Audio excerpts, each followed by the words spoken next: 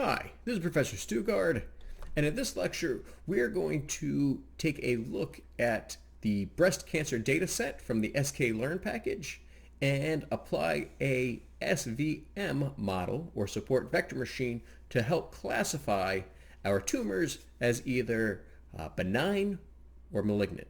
So what we're going to start off with is we need to load all of our packages and our data first. So as always, we need our pandas package to help us manipulate data frames. And we also want our NumPy package as well. We also want to be able to graph and plot things. So we need our matplot.pyplot. And then we're also going to use Seaborn to help us pick our best variables. We want our graphs to be inline, not to pop out. And then our data set, so from sklearn.datasets, we're going to import the load breast cancer data set. And you can definitely go to the sklearn website and take a look at some more data about that. So the first thing I'm going to do is import that load breast cancer data. So I'm going to use the function. I'm going to store it as just cancer. So I'll run that code. So now I have an object in my environment called cancer. And the first thing I want to do is print the description, which comes with all of those data sets from sklearn, which is really, really nice. So let's print this. So let's take a look. So this is the breast cancer from Wisconsin diagnostic data set. Number of instances, we have 569 pieces of data, and we have 30 numeric attributes, all supposed to be predictive. And our attributes, so we have radius, texture, perimeter, area, smoothness, compactness, concavity, concave points, symmetry, and fractal dimension, which is obviously not 30. So what they're doing in this data set is that each of those 10 attributes, they've included the mean, the standard error, and the worst or the largest, meaning the mean of the three worst or the three largest datas for each of those features. So again, I don't think we probably want the most extreme values. We want to look at the averages probably when it comes to selecting our variables. But again, we see how they are indexed. So mean radius is indexed as 0, radius standard error is 10, and the worst radius would be indexed at 20. Again, we have our two classes. We have malignant and benign. And we have some summary stats for each of those different data categories. Missing attributes, no missing data. That's really nice. So we don't have to worry about that. And then my class distribution. So we have 212 malignant and 357 benign ones. All right. And this data set goes back to 1995. So again, we have a good mix of malignant and benign. Not quite 50-50, but again, enough that we should be all right. Not have to worry too much about stratifying our test and training data. All right. So now that I know a little bit more about this data, I want to, put it in a data frame so that it's easier to look at and kind of easier to manipulate. So I'm going to create an object called my cancer data frame. So I'm going to use the data frame function from pandas, and I'm going to include the data and the target in the same data frame here. So those will be my variables. And then my columns, I'm going to name them from the feature names and the target names there as well. And then just to make sure it works, the head feature to look at the first 5 rows. So we'll run that code. Yep, it looks about right. So I have 5 rows because it's only the head, but 31 columns, mean radius, mean texture, and so on, all the way down. We have a ... And at the end is my target. So it looks like my target, so I see zeros, so it looks like my target is going to be a binary classification is either 0 or 1. Not necessarily benign and malignant, but zeros and ones. All right.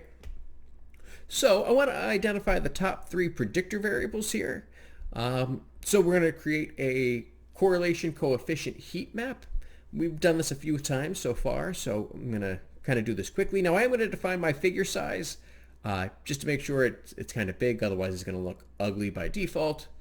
And the nice part is, again, I can combine a bunch of my functions now. So I'm going to take my cancer data frame and apply the correlation coefficient. I'm going to round each of those to 2. That's the data that I'm going to create my heat map from. And then, of course, I'm going to include my annotations. I'm going to scale it from -1 to 1 with the center at 0. And I'm going to use my red-blue color map. All right. So we'll run that. And here we go. We got my correlation coefficients. Again, we got a nice big table. If I had included the figure size, it would have been smushed and looked terrible. And again, we want our target. Our target's at the bottom. And so we can see that those are all negative correlations, which is kind of interesting to me. And of course, we have some variables here that have high correlations with each other. Looks like radius and perimeter are 1-to-1. Radius and area are almost 1-to-1, which should make sense, right? These tumors are all kind of spherical or circular in the imaging, so you'd assume the radius, the perimeter, and the area are all kind of related to each other there. All right, so let's look at the top variables, and I'm going to look at the top 3 best variables here. So let's take a look. So again, I'm going to print the 4 largest values from my target. So looking at the target, what are the 4 largest absolute values? And then what are those values? So we'll run that code. So obviously target matches up 1 and 1, which is why we include the extra. Right? We want the 4 biggest because we always know that target's going to be 1-to-1 with target. So we have worst concave points, worst perimeter, and mean concave points. So we see concave points showing up twice. Again, I don't really want to double up the same data, right? Because again, as we saw earlier, there's basically 3 different categories for each type of data. We have the average or the mean, we have the standard error, and then we also have the worst. And again, I don't really want to include the worst because I don't want to include the 3 most extreme. I just want to include the most obvious ones. So let's see. So I'm going to try to visualize some of these. So again, using Seaborn has a great function called pair plot, where we can absolutely kind of graph some of these variables together and just see, are we going to get something interesting? So again, I'm going to pick 3 features, and I'm going to pick through the 3 features. I'm going to restrict myself to only the ones that are mean. I don't want to do the standard error. In fact, the standard error doesn't look like that's very accurate at all. And I don't want to include the worst one. So I'm just going to look here at the top 3. So it looks like we have mean radius. So mean radius. Well, let's spell radius, right? We also have, well, obviously mean concave points. That one even showed up as one of the best predictors. So I better include that one. So mean concave points. And then my last one, radius is 0.73. Oh, perimeter. I better include perimeter. That's 0.74. And yeah, that would be the highest one. So mean perimeter. All right. So what this is going to do with my pair plot is going to take these 3 variables and find every combination of the 2 of them at a time. And then what I also set is I set the hue to be the target, which means that's going to color code my target variable. So we'll run this code. And here are all of my pair plots. So again, we see the orange and the blue, and that is my target. So the 0s are blue and my 1s are the oranges. Now we can see that we have a couple different types of graphs here. So first of all, this first one, that mean radius and mean radius, well, when I plot mean radius against mean radius, that's just going to create a density plot because that's univariate data. And we're just separating the malignant tumors from the benign tumors. And we definitely see a pattern there. That's why it's a good predictor variable. However, this one that's in a straight line, that's not particularly interesting because, well, it's just in a straight line.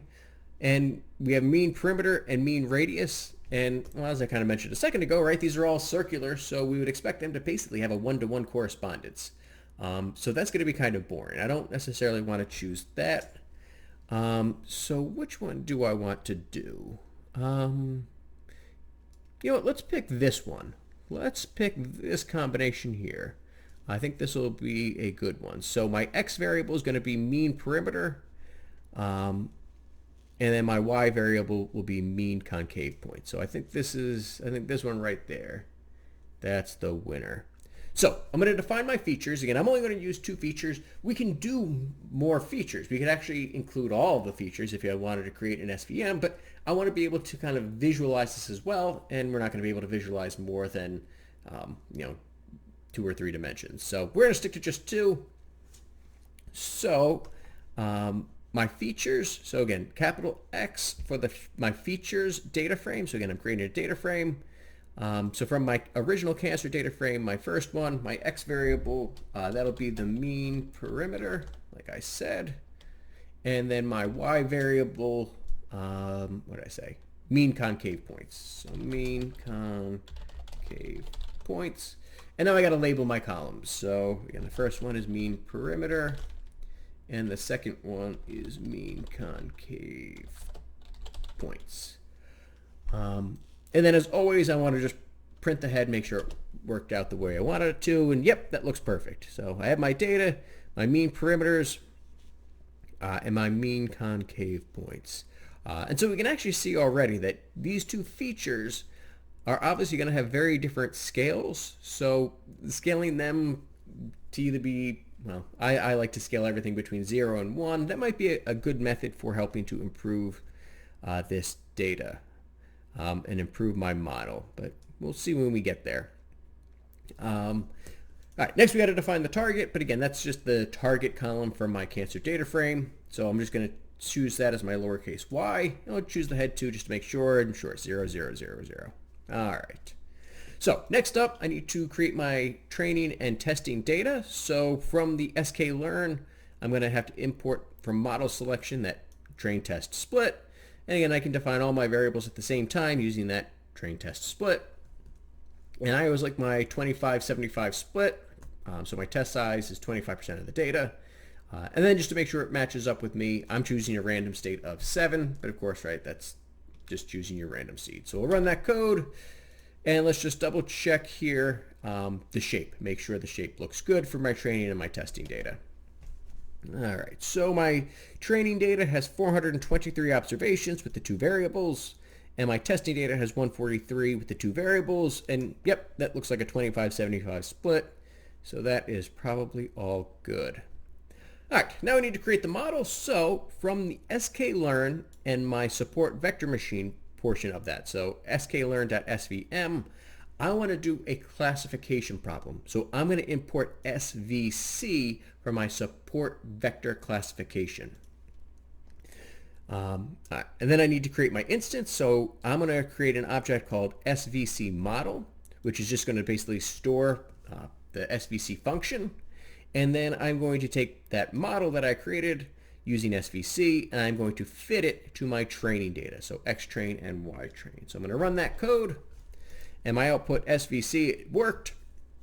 We're going to see later that as I adjust parameters, it'll actually output what my parameters are, particularly for C and gamma and whatever kernel I choose. But again, right now we're sticking with all of the defaults. So let's grade our model and see how well it did based upon our defaults. So from sklearn metrics, I'm going to import 2 different things. First of all, my classification report, which is going to give me a lot of good summary stats. And then I also want to do a confusion matrix. So the confusion matrix is for binomial classification problems where we look at what is it classified as and what should it have classified it as for each of my data. So let's take a look. So I'm going to predict, so I'm going to use my SVC model that I created, and I'm going to predict what my testing data should look like. So using that testing data, and again, I know, we're not supposed to use the testing data till the very, very end, but in this case, all right, we're not doing this professionally. So again, we should probably have done validation here or cross-validation, but this isn't a professional project, so it's okay because we're still learning. This is still kind of a, we're still playing in the toy box here. So my predictions based upon my testing data, I'm going to store as my yPredict. And then CM for my confusion matrix, which is going to be an array, right, which is how we create matrices. And that function confusion matrix, so that I imported from sklearn metrics. And it's going to take my y testing data, which is the true values. And then my predicted values that I just did up here, and my labels 0 and 1, right, which is how we defined the malignant and benign. And then confusion is going to be that data frame. So I'm going to make a data frame out of my confusion matrix. So out of my confusion matrix, CM, I'm going to turn it into a data frame so that I can actually label now the rows is cancer, is healthy, and my columns predicted cancer, predicted healthy. And then I'll print that confusion matrix as a data frame. So I'll run that code here. All right, so we can see that it predicted cancer when it was cancer 96 times, but it also predicted cancer when it was healthy 11 times. All right. Then it predicted healthy twice when it was cancer, so it missed 2 cancers, but it predicted healthy when it was healthy 34% of the time. So again, when we tune this, based upon what we want to do, we want to worry about our sensitivity and our specificity. Is it more important to eliminate false negatives, or is it more important to eliminate false positives? Again, we probably want to catch as much cancer as possible. We don't want to predict healthy when someone actually has cancer, so having a low value there is probably better. Whereas we can predict cancer, and it's just a machine learning algorithm, we would have to have a doctor go in and look and do a biopsy and everything else. So that's probably not too bad. All right, so let's actually figure out our accuracy. We'll use our actual formula here first. So our accuracy is going to be 2 things. It is going to be what was predicted correctly on top divided by the total number of predictions. So the ones that got correct, so the 96 where it predicted cancer, plus the 34 where it predicted it was healthy, the ones that it did correctly, and then my denominator is going to be the whole thing. So 96 plus 2 plus 11 plus 34. And so we'll see, all right, so my accuracy point, 909. So, all right, about 91% accuracy. And again, I love the confusion matrix so we can see that sensitivity specificity. Then that other one that I imported, my classification report from sklearn, I can print my classification report based upon, again, my testing data and my prediction data. So we'll run that code here. And basically this kind of summarizes that same idea. So we have precision for the zeros, 94% precision. So again, that is cancer. So is cancer was my zeros. So I predicted that with 94% accuracy. The is healthy, that only predicted it with a 90% accuracy. We see that's actually a bit worse. Actually, no, I think I have that backwards. I think it's about the predictions. But yeah, so we see our weighted average, was 91% accuracy. So again, not terrible. Let's try to visualize this now. So again, I'm going to define my figure size so that it looks big. So 20 by 12. So my scatter plot. So for my testing data, my X, let's go back. What was my X and my Y? So X was my mean perimeter and Y was my mean concave points. So, and down here in my scatter plot, so my X was mean perimeter and my Y value was mean concave points. C stands for color. And that is my target, which is Y, my Y variable. So again, I want to still see each of the points classified as cancer, yes or no. Then my graph size. So X min, X max, Y min, Y max.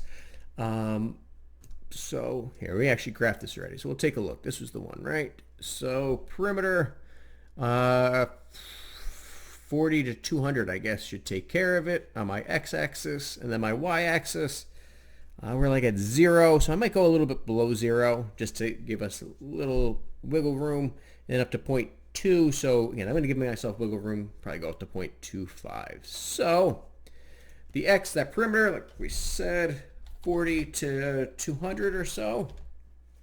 And then my y min, again, it was 0, but I want a little bit of wiggle room, so I'm going to 0.01. Just give myself a little bit more. And then it went up to like 0.2, but again, I want some wiggle room, so maybe 0.25. So then I define my x min, x max, y min, y max, good. My step size, because again, I want to basically create a mesh grid to look at my predictions, where my classification is, where that boundary line is going to be. which we've kind of looked at this before. So again, we do a range, like the range of values, not a range as in order, for Xmin, Xmax, and my step size. So my predictions, I'm going to take my SVC model, again from earlier. I'm going to use the predict function, and I'm basically going to predict all of the ordered pairs that I just defined up here with my graph size, make sure it's the right shape. And then I'm going to use the matplot function image show, and I want to show Z, which again, Z is my model, right? Z is my predictions from my model. And again, I just want to make sure it has the right shape. That's what this part is doing. So it's going to show Z. Interpolation, in case anything is missing, it's just going to use the nearest neighbor. The extent, again, the definitions that I put up before for Xmin and Xmax. The aspect ratio auto, origin lower, CMAP. So again, this is my color map. I'm picking this one here, the CIVIDIS, which is for color blindness. And then I still want to be able to see through my mapping. So an alpha level of 0.6. Then I also want my contours here. And so my contours are again going to be my X, Y, and Z, but it's just going to show me where that boundary line is. And that boundary line will have a width of 2 and use a dashed line. So let's see if this all works. I'll run my code. No contour levels were found. Oh, that's fine. I defined the contour levels as 0 anyway. But here's my data. So again, here's my ordered pairs, which again is basically just my stretched out scatter plot from earlier. We see the classifications are blue and yellow, and the yellow might be a little hard to see there. But basically, here's my classification line. It actually picked basically my hyperplane is straight up and down. Now again, that hyperplane is actually in a third dimension that we can't really visualize right now. But that looks like my dividing line. And again, that looks pretty good. We still see, obviously, we're classified some points right and wrong. But let's see if we can do better. So step 1, to try to improve the accuracy, we can normalize our training data, which means scale it between 0 and 1. There are functions to do this for us. And I think I might actually kind of skip the actual testing here. But again, please do this on your own. We'll kind of explain it real quick. So define to normalize everything between 0 and 1, what I need to do first is find the range. How big is my data? And so I'll take my training minimum, which I get with the minimum value, and the maximum value, which I get from the maximum value. And in this case, I created 2 separate variables, one for the min, one for the max. And then your range is your maximum minus your minimum. So I defined that with a whole other variable. And then if I want to scale my data, what I'm going to do is take each training data, I'm going to subtract the minimum value. So what this does, if I subtract the minimum value, well then the minimum value minus the minimum value goes to 0.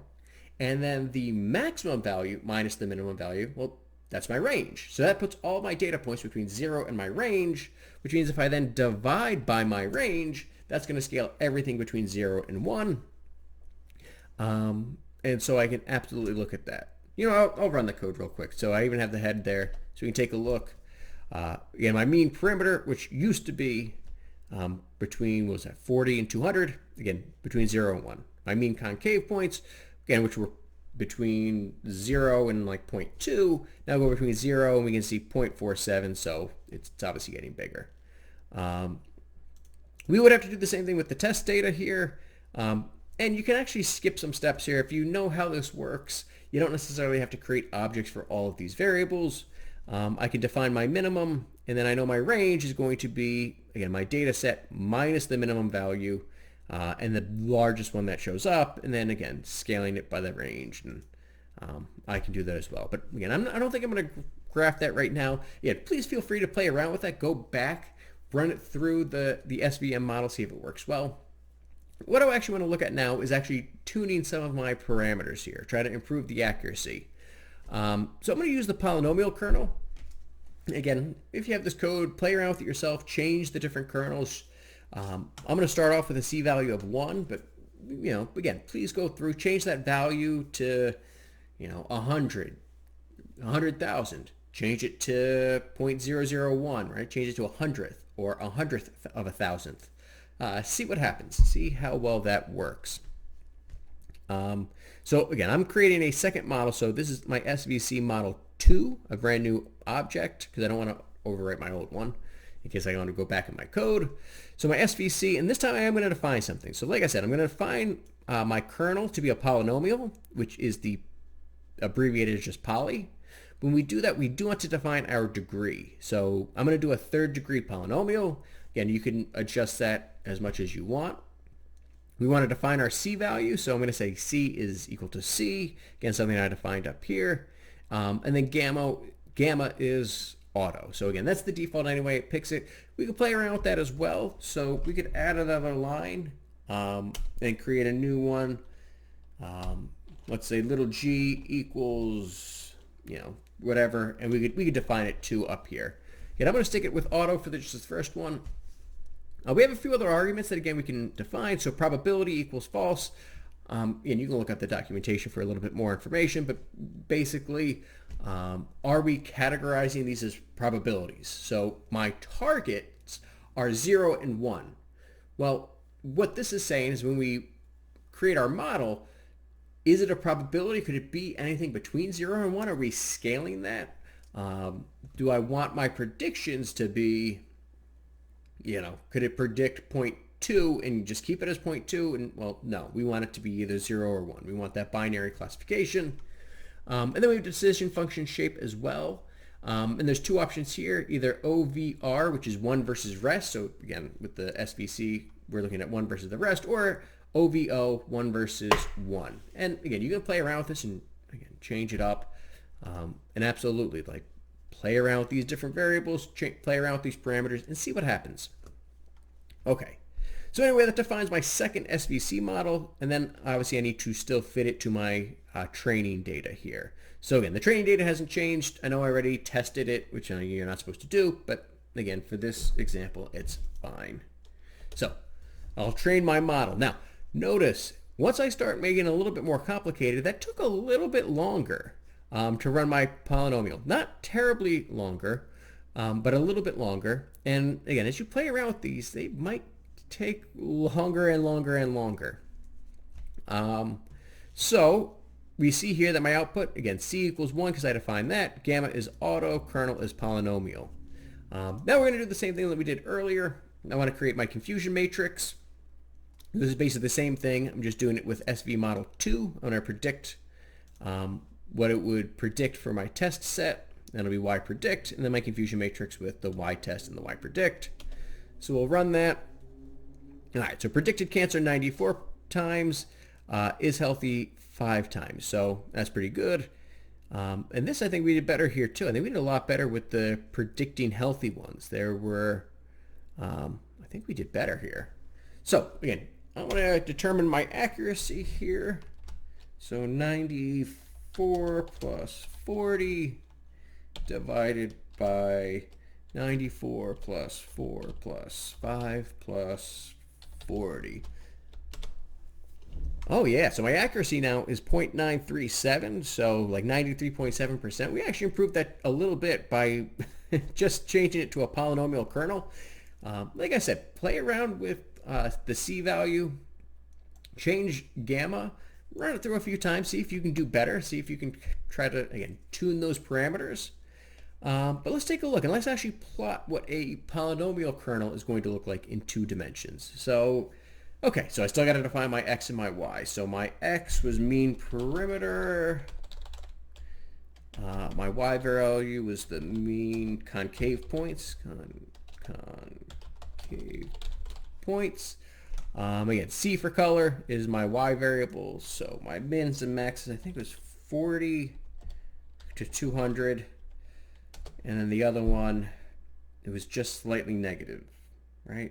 Negative 0.01 up to, oh shoot, I'm gonna have to take another look. That's all right, it's right up here. Yeah, 40 to 200 and negative 0.01 to 0.25. Okay, so to 0.25. Everything else is the same. Again, I'm still making my predictions using this. So that all that code stayed exactly the same. I'm going to run my code here. All right, again, no contour levels, but that's fine. Leave that in there anyway. And look, we have a polynomial shape now. So again, it's still dividing the data in 3 space. We can visualize that separation in 2 space. There's this nice polynomial line, and we can actually see that this is actually probably a little bit accurate, a little more accurate. There's definitely fewer purples in the yellow here, even in 2 dimensions, than over here. Quite a few purples, so that definitely did better. Though looks like there might be more yellows, but again, like I said, this is really still in, the kernel raises that to that higher dimension. So again, that's why even though we can see 1, 2, 3, 4, 5, 6, 7, 8, 9, 10, all right. We see a lot of points are obviously on the wrong side of the line. It's in 3 dimensions. That's why, like, again, there's only 5 points on the wrong side of that one line and 4 points on the other. It's just kind of hard to visualize in Python without taking forever. All right. So like I said, go through the code, keep practicing with it. Like I said, change, use the kernel, the polynomial kernel, see what happens if you change C to a, let's try 10,000 and gamma to 0.01. We'll run that. And again, as you change these values, you'll see that, again, the training time does go up quite a bit. But again, we change those here. Again, I can do my testing, my confusion matrix. Oh, doesn't look like that actually improved any of my predictions. Looks like I'm still have the same accuracy, 94 and 40. I wonder if it changed the graph at all. That is a slightly different graph. That actually did move the line a little bit more. If you noticed before, it extended out further on the other side, so it looks like it did change it a little bit, but we didn't really improve our accuracy. So again, go through, see if you can play around with it and improve the accuracy. Yeah, like I said, we're at almost 94%, which is pretty good, but you should be able to tune this to at least 96% if you play with those values for C and gamma and maybe change up the kernels as well. Just notice that if you get rid of the polynomial kernel, you don't need the degree there anymore either. All right, so I hope we had some fun there learning about using the SVC in Python. Yeah, have fun playing around with the code. And as always, take care of yourselves.